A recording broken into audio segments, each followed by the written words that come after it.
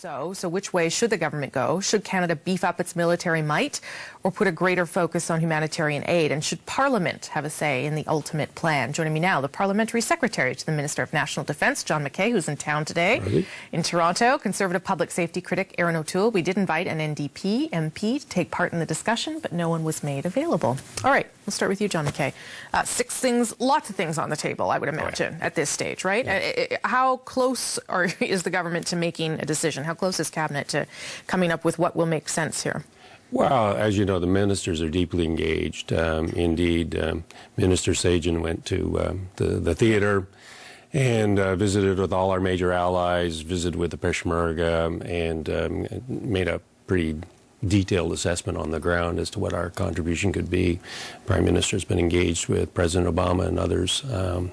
And it is a complicated decision. I mean, you just look at the other headline this week is the Sunni Shia fight. And, you know, I think everybody's equation changes when an undeclared conflict between the Sunnis and the Shia becomes a declared conflict between the Sunnis and Shias. So sure, tensions in the region are higher, so you have to be careful about what you're doing. Well, and you know, and all of the various players are moving all over the place based upon their religious ethnicity, religion and ethnicity, so it becomes an even more complicated decision. So I think we do have a pretty decent grasp, and I think the ministers are working assiduously on this. Would you say that at this stage, beyond pulling the planes out, which is still the commitment, is there any way that people are leaning? You know, do you think that there is a better contribution with increasing dramatically Army trainers? Are we trying to, train Peshmerga? Are we looking to perhaps train people in a different location, in Jordan, for instance? This is one of the, is there anything there that seems more likely to happen, or it seems more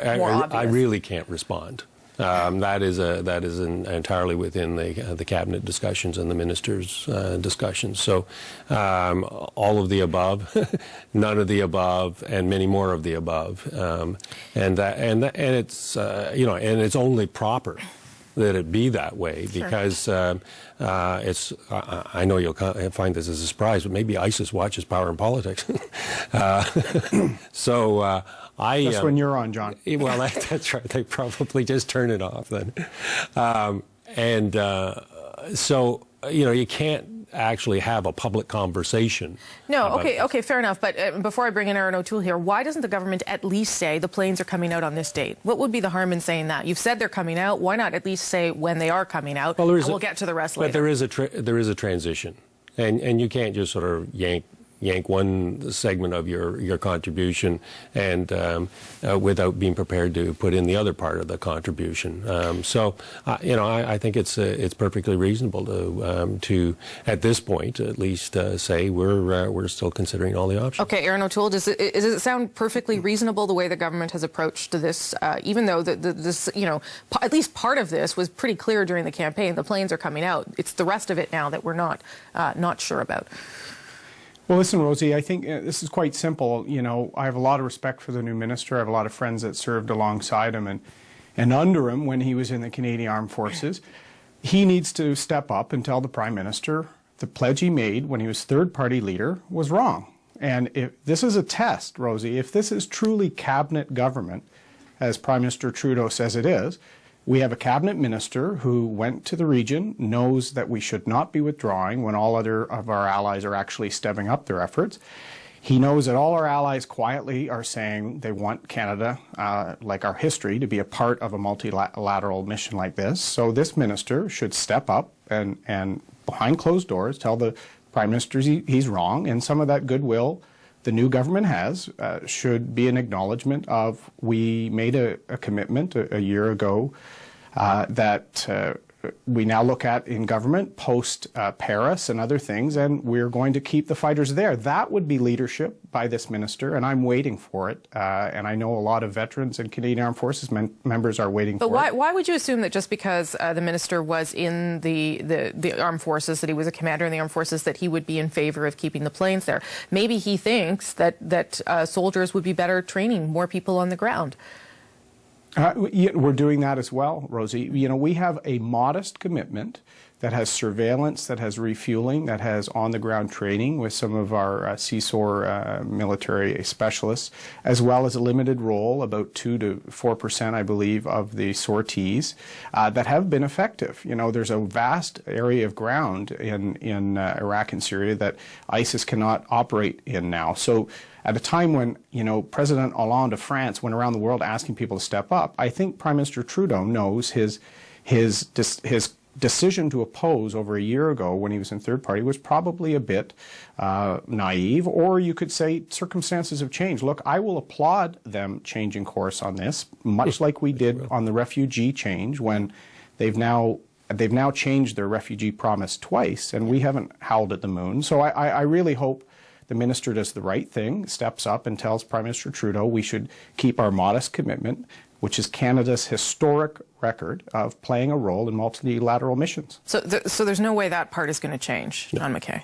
The planes are coming. That's the Prime Minister has visited with President Obama, had long conversations about this. Mm-hmm. He's visited with President Hollande, Prime Minister Cameron. Canada's position is clear. He's been to 4 multilateral organizations in the last few months. So it would be actually the height of hypocrisy at this point to change. Of course. But security needs dictated. It's not an election platform booklet is a frozen in time document, John. The world has changed. Paris changed things. There's a need to at least maintain what we were doing, which is modest. We don't have an aggressive posture. But you're working on the assumption that because circumstances have changed, and we all agree that circumstances have changed, that maintaining the mission role as 6 jet fighters is actually the appropriate response. Well, that precludes a lot of other things that we could be doing. And it may well be that some of the circumstances are that the air war, for want of a better term, has actually been relatively successful, and that the need to turn your attention elsewhere. Well, you know, the ISIS folks are kind of getting boxed in. Yeah. And withdrawing sends the wrong signal, though. I don't know who it's sending the wrong signal to. And Rosie, if you look at the 6 options that you spelled out that were in the Globe today, all of them we're already doing in one way, or some, like the Black Ops missions, go further, which he's certainly not going to do. So, you know, this David Fraser, a very respected retired general, was right. You know, Canada loses its voice, but loses respect for sticking to a political promise like this when the world needs a strong and a Canada that stands with its allies. We're not talking a huge mission here, and John was part of a government that deployed fighters to the Bosnian conflict without a debate in Parliament. We've had 3 debates on ISIS. But Aaron O'Toole, other than just, you know, saying that we shouldn't pull them out because they're there, what is the argument for keeping them there, given that they only account for 2% of the overall bombing, that they haven't ramped up or hit anything, you know, particularly vital over the past, I mean, fighting positions certainly, but what's the argument for keeping them there that you would make to the Prime Minister at this stage?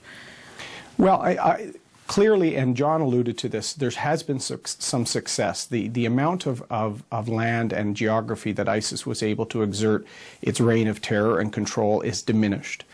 Some of the funding and ability to fuel their push across the region has also been diminished. That has to be maintained at a time that they're trying to strike out more across the globe, in France, in Africa, and elsewhere. We need to be vigilant and make sure that some modest success doesn't lead to just packing up and going home. It's also important for Canada to keep a role in the multilateral mission. We are never the largest country in any of these missions, but we play a role, and our fighter jets and our crews and our air crew are amongst the best in the world to make sure that there's no collateral or civilian damage or death in any of these missions. So we're the best at this, and we should keep doing it. Okay, last word, John. Well, I just, there's a bit of an error in Aaron's thinking, and that is that, you know, if we run bombing missions, that somehow or another that Western Europe or North America will somehow or another be safer from these attacks. And I don't think that follows logically. The second point is that there's no sense that we're withdrawing.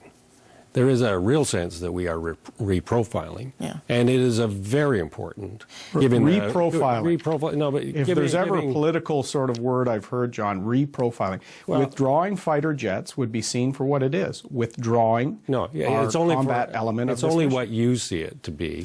I don't think anyone else sees it that way, and then certainly our allies don't see it. They certainly do. Last quick question. Timeline? And we heard from Stéphane Dion in December that it was coming in weeks. Now we're many weeks later. Is it fair to say that within about a month we'll have some better sense from Cabinet? I think it's fair to say that it'll be soon. Okay. And I think it's also fair to say that the ministers are seized with it, and I think it's also fair to say that the circumstances are changing dramatically, and that and we need to get it right. Okay. They are changing. And Rosie, there's a chance for this minister to show that this is a cabinet-driven government. It's time for him to say to the Prime Minister, let's keep them there. Okay. Aaron O'Toole likes to get the last word, does in he? case you hadn't noticed.